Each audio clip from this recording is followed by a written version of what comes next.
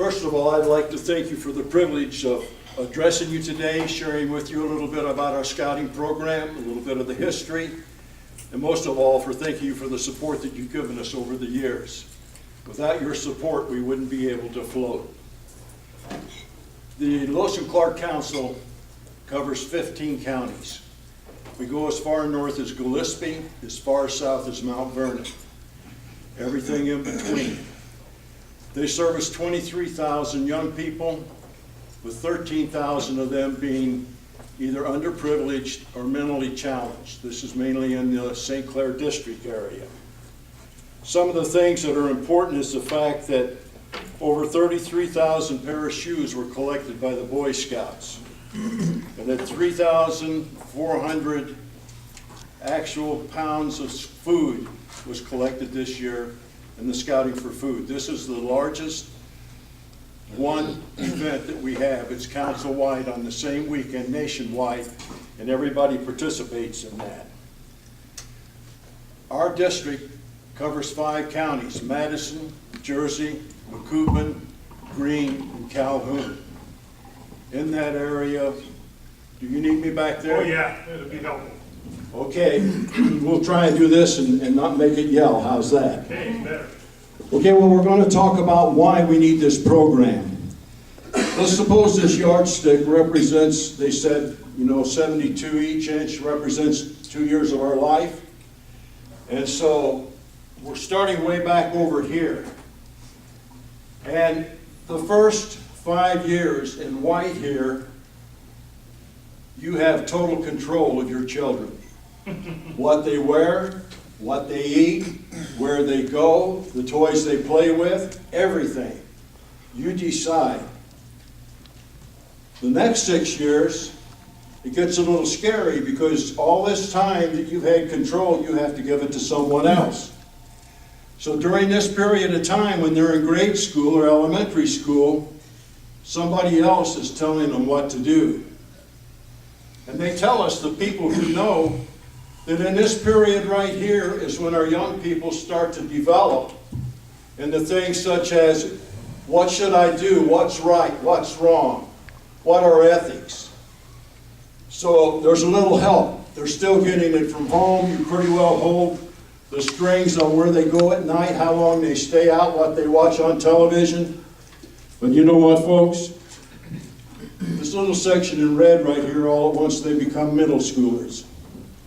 You know, my very best friend maybe is my boy who wants to play catch with me every night, and my girl who thinks I'm the best dad in the world.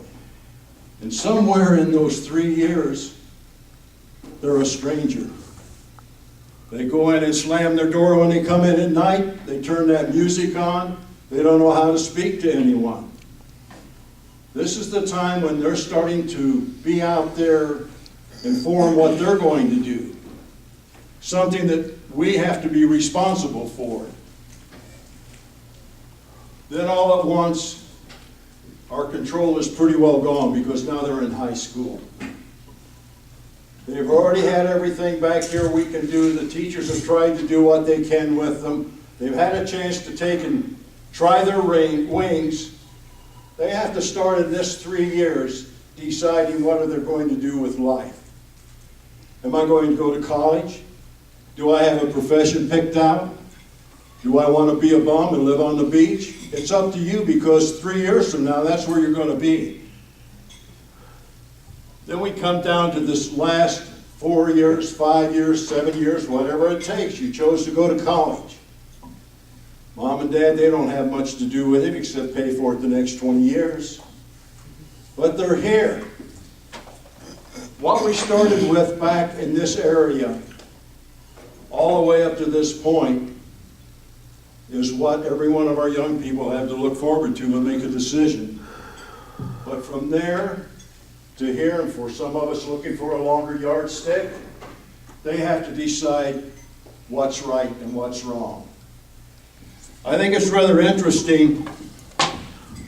Let me go over here just a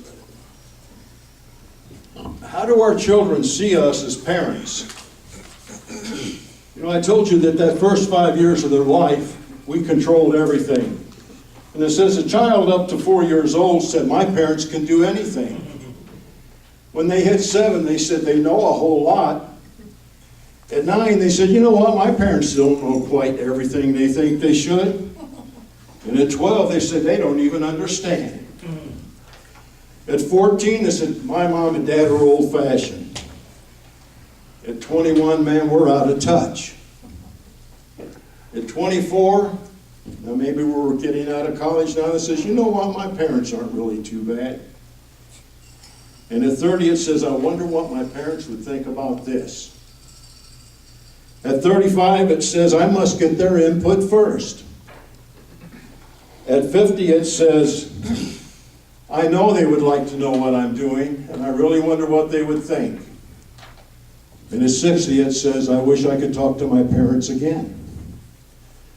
So you see, we've gone the complete thing from we can do everything to we can do nothing to the fact that they wish that they could be with us again. The problem that we have, folks, is that there's only so many places and so much that we can get the people to do. I'm going to give you a little something here as far as history goes and what needs to take place. We're going to do a little show and tell because I found out that sometimes we can't quite understand, what we're trying to talk about. This is Baden-Powell. He formed Scouting in 1907 in England. He took 22 boys off the street from all walks of life and said, we're going to teach them at this young age, in that time of the year when things were still in the experimental stage. He said there has to be more for our young people today. In 1909, this man here is William D. Boyce. William D. Boyce was a publisher from Chicago, and he had a very important meeting in London, and he lost his way because of the fog. And there was a young lad standing there watching him walk up and down the street and said, can I help you, sir? And he said, yes, I have an important meeting, but I don't know where it is. And he says, well, I can help you. And when he finished, he said, thank you very much. And he put his hands in his pocket and pulled out a shilling and said, here, thank you for your time. And he said, sir, I'm a scout, and the scout cannot be paid for doing a good turn.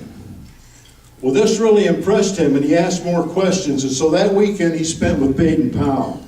And he brought with him all of the information he could find back to America. He and several of his people who looked this situation over started the Boy Scouts, which was chartered in 1910. If we look at the whole picture, it's a family. The only thing missing here, this is taken from the 50th anniversary book, but we now have girls from the age of 14 to the 21st birthday in our venturing crews. But you see, you take any one of these little guys out of here, and that's where it starts for. That's what it's all about. You wonder sometimes, what can I do? I'm only one person. Remember the picture of Baden-Powell? He started with an idea, and he made sure that it was something that would be beneficial. Then you have to ask yourself, well, this is important, people. These are things that happen. Does it happen in real life? Well, this is rather an interesting picture. This is a young man and a little guy next to him. That little man's Clark Siegel. He's about 5 foot tall here. He has one arm because at 19, he lost that arm in an industrial accident. You see, Clark was my first scoutmaster. And somewhere along the way, about 11, maybe 12 years old, we found out it was a lot more fun in the evening to be able to sit down with our friends and go out and play kick the can and draw the magic circle and play hide and seek. And so I got to the point where at meeting nights I wouldn't go. And finally one day he came by after the meeting and he said, Don, can I talk to you a minute? And I said, yes, sir. He came in and sat down. He said, we missed you tonight. Well, now I know you people never did this, but what did I do? Tonight, what's he talking about? what's tonight? He said, the Boy Scout meeting. He says, oh yeah, I forgot. He looked at me and he said, Don, you didn't forget. He said, if you wanted to be there, you would have been there. You know, scouting needs you and you need scouting. And we hope to see you next week. And he left.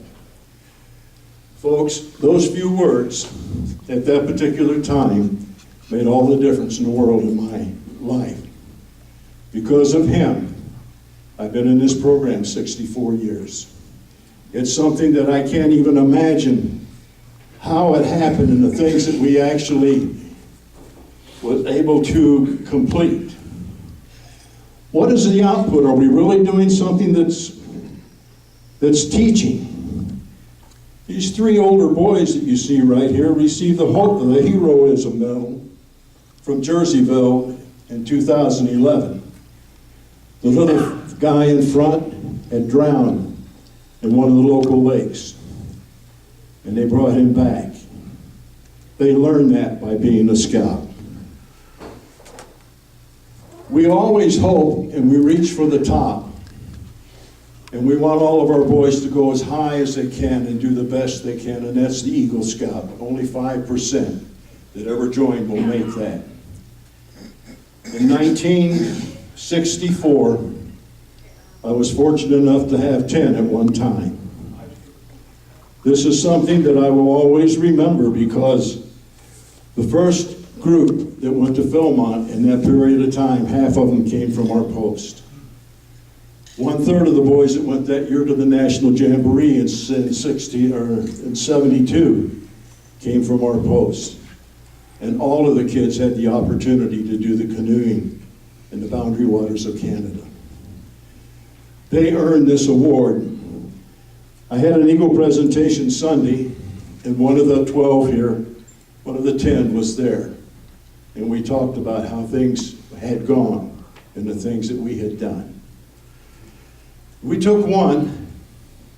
You seen a little heavyset kid, didn't really seem to be really into two things, and he wanted to go up to Canada with us, and we had a space, and I really didn't think we should, but we needed it, and his parents had the money.